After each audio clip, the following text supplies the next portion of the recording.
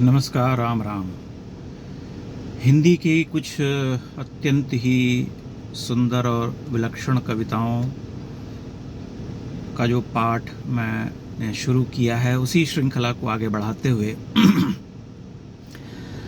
आज मैं जयशंकर प्रसाद की एक बड़ी ही विलक्षण रचना पेशोला की प्रतिध्वनि, इसका पाठ करूँगा। पेशोला की प्रतिध्वनि उनकी एक सुप्रसिद्ध कविता है जो लहर नाम के काव्य पुस्तक जो है उसमें संकलित है, संकलन में। इसमें उस काल का वर्णन है जब महाराणा प्रताप अपने अंतिम समय में हैं और वे मेवाड़ छोड़ करके जा रहे हैं। तब उन्हें यह चिंता घेरती है कि यह जो उत्तरदायित्व है, जो मेरी आने वाली अगली पीढ़ी है, उसमें से कौन यह उत्तरदायित्व संभालेगा। यह जो रणभेरी जो बजती रहती है और मातृभूमि की रक्षा का दायित्व है, उसे कौन लेकर के आगे बढ़ेगा। पेशोला एक झील है, आप जानते हैं, उसी के इर्द गिर्द इस कविता को बुना गया है। मैं इस कविता का वाचन आपके सामने करता हूँ, आप धैर्यपूर्वक इसे सुने। अरुण करुण बिंब वह निर्धूम भस्म रहित ज्वलन पिंड, विकल विवर्तनों से विरल प्रवर्तनों से श्रमित नमित सा पश्चिम के व्योम में है आज निरवलंब सा। आहुतियां विश्व की अजस्र से लुटाता रहा सतत सहस्र करमाला से, तेज ओज बल जो विदम्यता कदम्ब सा। पेशोला की ऊर्मियां हैं शांत घनी छाया में, तट तरु है चित्रित तरल चित्र सारी में। झोंपड़े खड़े हैं बने शिल्प से विषाद के, दग्ध अवसाद से धूसर जलद खंड भटक पड़े हों।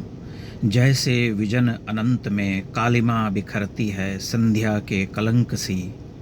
दुंदुभि मृदंग तूर्य शांत स्तब्ध मौन है, फिर भी पुकार सी है गूंज रही व्योम में। कौन लेगा भार यह, कौन विचलेगा नहीं। दुर्बलता इस अस्थिमांस की ठोंक कर लोहे से, परख कर वज्र से। प्रलयोल का खंड के निकष पर कस कर चूर्ण अस्थिपुंज सा हंसेगा अट्टहास कौन। साधना पिशाचों की बिखर चूर चूर होके धूलि सी उड़ेगी किस दृप्त फूत्कार से। कौन लेगा भार यह जीवित है कौन, सांस चलती है किसकी। कहता है कौन ऊंची छाती कर मैं हूँ मेवाड़ में। अरावली श्रृंग सा समुन्नत सिर किसका, बोलो कोई बोलो अरे क्या तुम सब मृत हो। आह इस खेवा की कौन थमता है पतवार ऐसे अंधड़ में। अंधकार पारावार गहन नियति सा, उमड़ रहा है ज्योति रेखाहीन क्षुब्ध हो। खींच ले चला है काल धीवर अनंत में, सांस सिफरी सी अटकी है किसी आशा में। आज भी पेशोला के तरल जल मंडलों में वही शब्द घूमता सा गूंजता विकल है, किंतु वह ध्वनि कहाँ।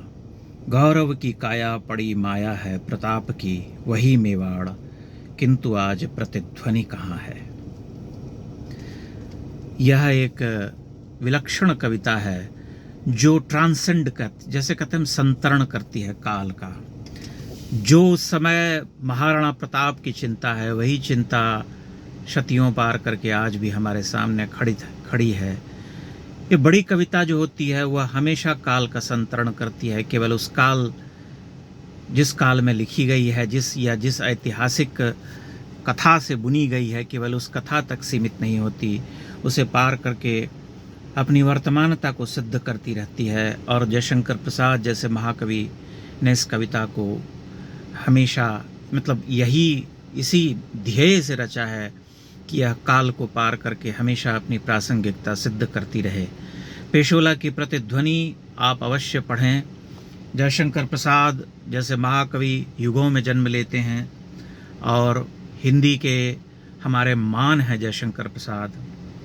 उन्होंने कामायनी जैसा एक अद्भुत अद्वितीय महाकाव्य लिखा है। कामायनी तो सबको पढ़ना चाहिए, लेकिन जिन्हें लंबी या कठिन कविता पढ़ने में जिनका दम फूलता है, वे उनकी छोटी कविताएं भी पढ़ सकती हैं, आंसू लहर जैसी जो कविताएं हैं। और उसी में यह संकलित है पेशोला की प्रतिध्वनि।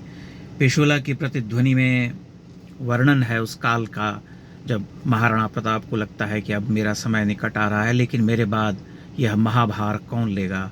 मेवाड़ को सुरक्षित रखने का, मातृभूमि को सुरक्षित रखने का, यह कविता उसी के आसपास बुनी गई है। मैं आशा करता हूँ आपको मेरा यह वाचन ठीक लगा होगा और आप इसे पढ़ेंगे और अनुभव करेंगे कि महाकवि प्रसाद ने कितना सुंदर लिखा है, कितना प्रतीकात्मक लिखा है, और उनका जो शब्दों पर या छंद पर जो अधिकार है उसके बारे में कोई टीका टिप्पणी करना ठीक नहीं होगा।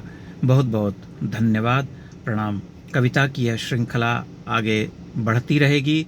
इसमें हिंदी के सभी बड़े कवियों की जो उत्कृष्ट कविताएं हैं उनको मैं लेकर के आपके सामने आता रहूँगा। मेरा आपसे निवेदन है कि इसे आप लोग देखें, आगे बढ़ाएं, क्योंकि जब लोग अधिक संख्या में लोग इसे देखेंगे तभी इन कविताओं का प्रचार होगा, तभी इन कविताओं के बारे में लोग जान सकेंगे, क्योंकि ये विस्मृत हो गई हैं और लोग उस तरह से इसमें रुचि नहीं लेते।